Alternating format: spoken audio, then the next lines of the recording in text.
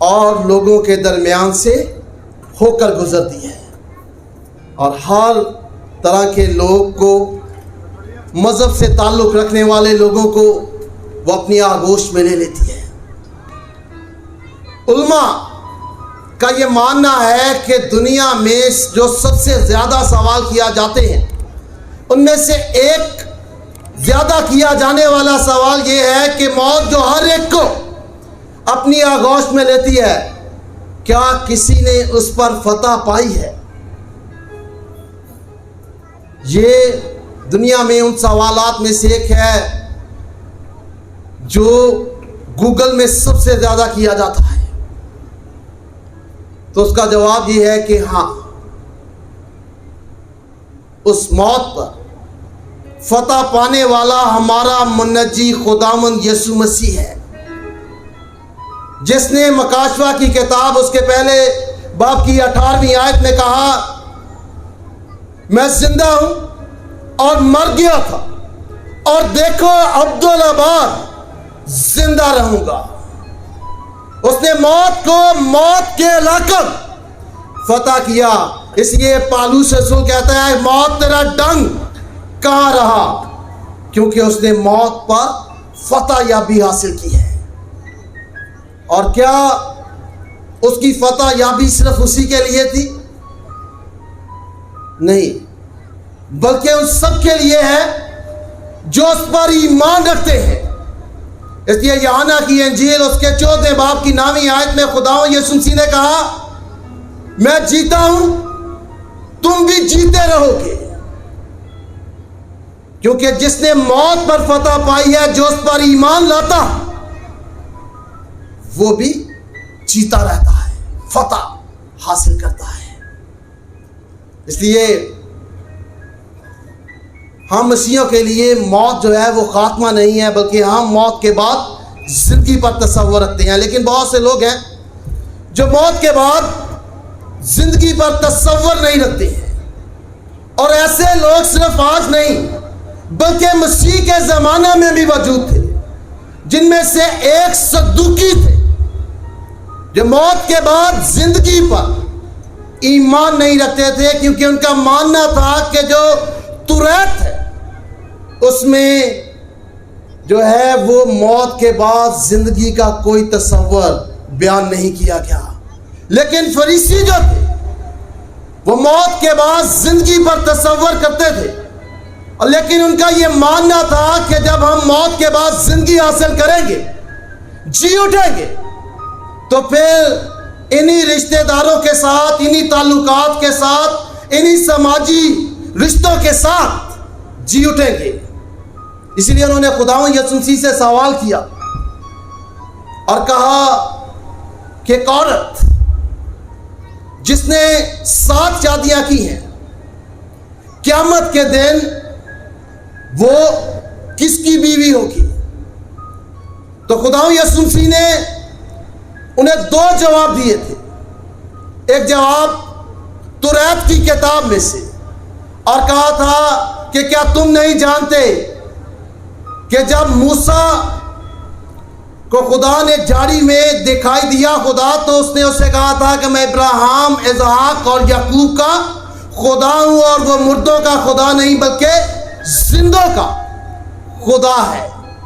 اور دوسرا اس نے کہا تھا کہ وہاں بیاہ شادی نہیں ہوگی، وہاں لوگ فرشتوں کی مانند رہیں گے۔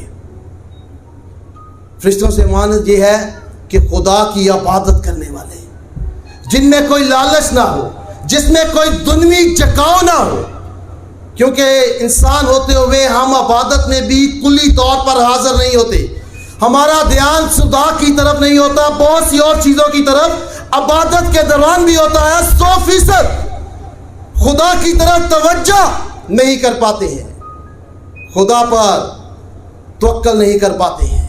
لیکن جب ہم مردوں میں سے جی اٹھیں گے تو فرشتوں کی مانند کلی طور پر خدا کی عبادت، حمد و ستائش اور تعریف کرنے والے ہوں گے۔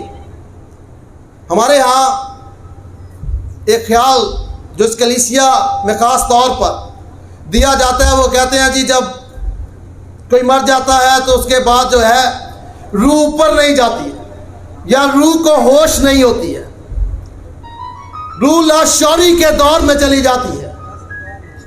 تو یہ بائبل مقدس کا کانسیپٹ نہیں ہے۔ خدا کے کلام میں خداوند یسوع مسیح کے بارے میں لکھا ہے کہ اس نے قیدی روحوں میں منادی کی۔ کن میں منادی کی؟ قیدی روحوں میں۔ اور منادی کن میں کی جاتی ہے؟ جو شعور رکھتے ہیں، جو سمجھ رکھتے ہیں۔ اور خداوند یسوع مسیح نے قیدی روحوں میں منادی کی، وہ سمجھ رکھتی تھی، سوچ رکھتی تھی۔ تو روح سوچ سمجھ خیال رکھتی ہے۔ اور پھر خداوند یسوع مسیح نے ایک تمثیل دی، اس تمثیل میں غریب لازر اور امیر شخص کو بیان کیا۔ دونوں کی زندگی اس دنیا میں مختلف تھی۔ ایک امیر تھا، شان و شوکت کے ساتھ رہتا تھا، دوسرا روٹی کے لیے ترستا تھا۔ ایک کے جنازے پر شاید بہت جوش و خروش کے ساتھ، عزت کے ساتھ اس کا جنازہ ادا کیا گیا ہوگا، لیکن دوسری طرف جس کی کوئی لاش اٹھانے والا نہیں ہوگا، جس کا کوئی جنازہ پڑھانے والا نہیں ہوگا، لیکن جب وہ اوپر جاتے ہیں تو انہیں سمجھ ہوتی ہے، لاشعوری میں نہیں چلے جاتے ہیں۔ اور جن کا یہ ماننا ہے کہ روح کو پتہ نہیں چلتا بعد میں موت کے، وہ خدا کے کلام سے منکر ہے، کیونکہ وہاں خداوند یسوع مسیح بیان کرتے ہیں کہ لازر کو جو ہے وہ ابراہیم کی گود میں تھا۔ گود سے مراد یہ نہیں ہے کہ ابراہیم نے اسے اپنی گود میں بٹھایا ہوا تھا، اس سے مراد یہ ہے کہ آرام کی جگہ میں تھا۔ اور جو امیر شخص تھا وہ آگ میں تھا، خندق کی جھیل میں تھا، اور ایک بوند پانی کے لیے ترستا تھا۔ وہ لازر کو آرام کی جگہ میں دیکھ سکتا تھا اور وہ اسے دیکھ سکتا تھا، اور وہ شخص جو خندق کی جھیل میں تھا اپنے بھائیوں کی فکر کرتا ہے، سمجھ رکھتا تھا، شعور رکھتا تھا۔ تو جب کوئی مر جاتا ہے اس کی روح جو ہے وہ شعور رکھتی ہے۔ سونے سے مراد ہے بدن کا سو جانا، کیونکہ مسیح کے جی اٹھنے پر وہ بدن تبدیل ہو جائے گا، لیکن روح شعور رکھتی ہے، کیونکہ انسان کا بدن جسم اور روح کا مجسمہ ہے، کا موجب ہے۔ اور خدا کے پاک کلام میں وائس کی کتاب اس کے 12ویں باب کی 7ویں آیت میں یہ لکھا ہے، خاک سے جا ملے جیسے پہلے ملی ہوئی تھی، اور روح خدا کے پاس جس نے اسے دیا تھا واپس جائے۔ جیسے ہی جو ہے روح اس بدن کو چھوڑتی ہے، خدا کے پاس چلے جاتی ہے، کیونکہ خدا نے اسے دیا تھا۔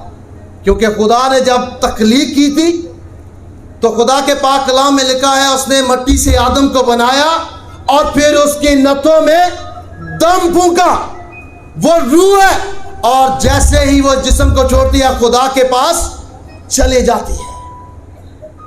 تو خدا جو ہے وہ ایمانداروں کی موت پر انہیں ویلکم کرتا ہے، لیکن ہمارے ہاں یہ مانا جاتا ہے کہ روح کو کوئی ہوش نہیں ہوتی، اوپر نہیں جاتی، نیچے ہوتی ہے۔ خدا کے پاک کلام میں واضح طور پر لکھا ہے کہ خداوند یسوع مسیح جب آسمان پر گئے تو لکھا ہے کہ وہ قیدی روحوں کو ساتھ لے گیا، اور سٹیفنس آسمان کو کھلے ہوئے دیکھتا ہے اور خداوند یسوع مسیح کو ویلکم کرتے ہوئے دیکھتا ہے۔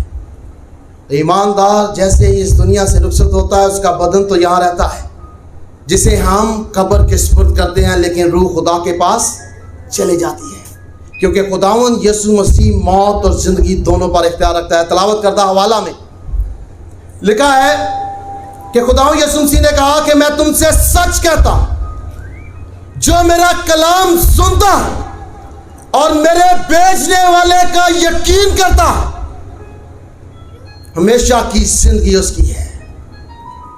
اس پر عدالت کا حکم نہیں ہے، بلکہ وہ موت سے نکل کر زندگی میں داخل ہو گیا ہے۔ اور نہ صرف نئے عہد نامہ کے ایماندار موت کے بعد زندگی پر تصور رکھتے ہیں، بلکہ عہد عتیق کے ایماندار بھی موت کے بعد زندگی پر تصور رکھتے ہیں۔ اگر ہم حزقیل کی کتاب اس کے 37ویں باب کی پہلی 15 آیات کو پڑھیں تو وہاں سوکھی ہڈیوں کا ذکر ہے، جو ہڈیاں آپس میں جڑتی ہیں، ان میں نسیں چڑھتی ہیں، ماس آتا ہے، دم پھونکا جاتا ہے اور وہ جیتی جان ہو جاتے ہیں۔ یہ اسرائیل قوم کی امید تھی کہ خدا انہیں بطور قوم زندہ کرے گا، لیکن خدا کے پاک کلام میں خدا کے لوگوں نے اس بات پر اعتقاد رکھا کہ وہ مرنے کے بعد زندگی رکھتے ہیں۔ زبور کی کتاب اس کے 16ویں باب کی 9ویں آیت میں لکھا ہے، میرا دل خوش اور میری روح شادمان ہے، کیونکہ میرا جسم امن و ایمان میں رہے گا۔ زبور 49 اس کی 15ویں آیت میں زبور نویس کہتا ہے، خدا میری جان کو پتال کے اختیار سے چھڑائے گا۔ ایوب 19واں باب اس کی 26ویں آیت میں ایوب کہتا ہے، میری کھال کے برباد ہونے کے باوجود میں اسی جسم میں خدا کو دیکھوں گا۔ اور یہ ساری چیزیں موت کے بعد زندگی کو بیان کرتی ہیں، اور خدا کے لوگوں کا اعتقاد تھا کہ موت کے بعد بھی وہ زندگی رکھتے ہیں۔ خداوند یسوع مسیح نے کہا کہ وہ وقت آتا ہے، بلکہ ابھی ہے، کہ مردے خدا کے بیٹے کی آواز سنیں گے، اور جتنے سنیں گے وہ جیئیں گے۔ یہ خداوند یسوع مسیح کا بیان ان مردوں کے لیے نہیں ہے جن کی روح ان کے بدن سے نکل جاتی ہے، بلکہ یہ وہ مردے ہیں جو گناہ میں زندگی بسر کرتے ہیں، جو روحانی طور پر مردہ ہیں۔ اور یہ اس وقت بھی تھے، اس لیے اس نے کہا وہ وقت آتا ہے، بلکہ ابھی ہے، کہ مردے خدا کے بیٹے کی آواز سنیں گے، اور جتنے سنیں گے جیئیں گے۔ اس وقت بھی ایسے لوگ موجود تھے جو مسیح کی آواز کو نہیں سنتے تھے، وہ روحانی طور پر مردہ تھے، اور جتنوں نے سنا انہوں نے زندگی کو حاصل کیا۔ اور آج بھی جتنے لوگ مسیح کے کلام کو سنتے ہیں، قبول کرتے ہیں، وہ انہیں زندگی بخشتا ہے، کیونکہ اس نے کہا جس طرح باپ اپنے میں زندگی رکھتا ہے، اسی طرح اس نے بیٹے کو بھی زندگی بخشنے کا اختیار دیا ہے۔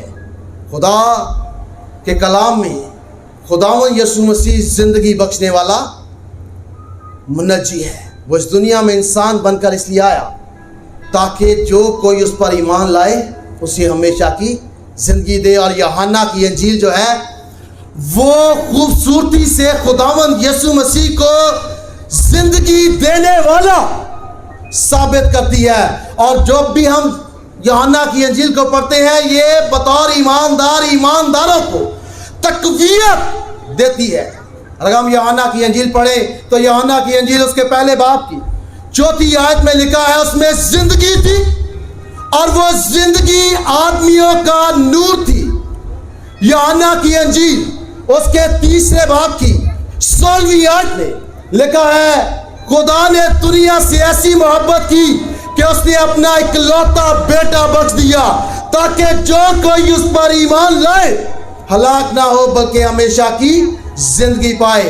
یوحنا کی انجیل اس کے 4 باب کی 12ویں آیت میں لکھا ہے کہ خداوند یسوع مسیح نے کہا، جو اس پانی میں سے پیے گا جو میں اسے دوں گا وہ اب تک پیاسا نہ ہوگا، بلکہ جو اس پانی میں سے پیے گا جو میں اسے دوں گا وہ اس کے اندر چشمہ بن جائے گا اور ہمیشہ کی زندگی کے لیے جاری رہے گا۔ یوحنا کی انجیل اس کے 6 باب کی 48ویں آیت میں خداوند یسوع مسیح نے کہا، زندگی کی روٹی میں ہوں۔ یوحنا کی انجیل اس کے 10 باب کی 10ویں آیت میں خداوند یسوع مسیح نے کہا، میں اس لیے آیا ہوں کہ وہ زندگی پائے اور کثرت سے پائے۔ یوحنا کی انجیل اس کے 11 باب کی 25ویں آیت میں خداوند یسوع مسیح نے کہا، قیامت اور زندگی تو میں ہوں، جو کوئی مجھ پر ایمان لاتا ہے گو وہ مر جائے تو بھی زندہ رہے گا، اور جو زندہ اور مجھ پر ایمان لاتا ہے اب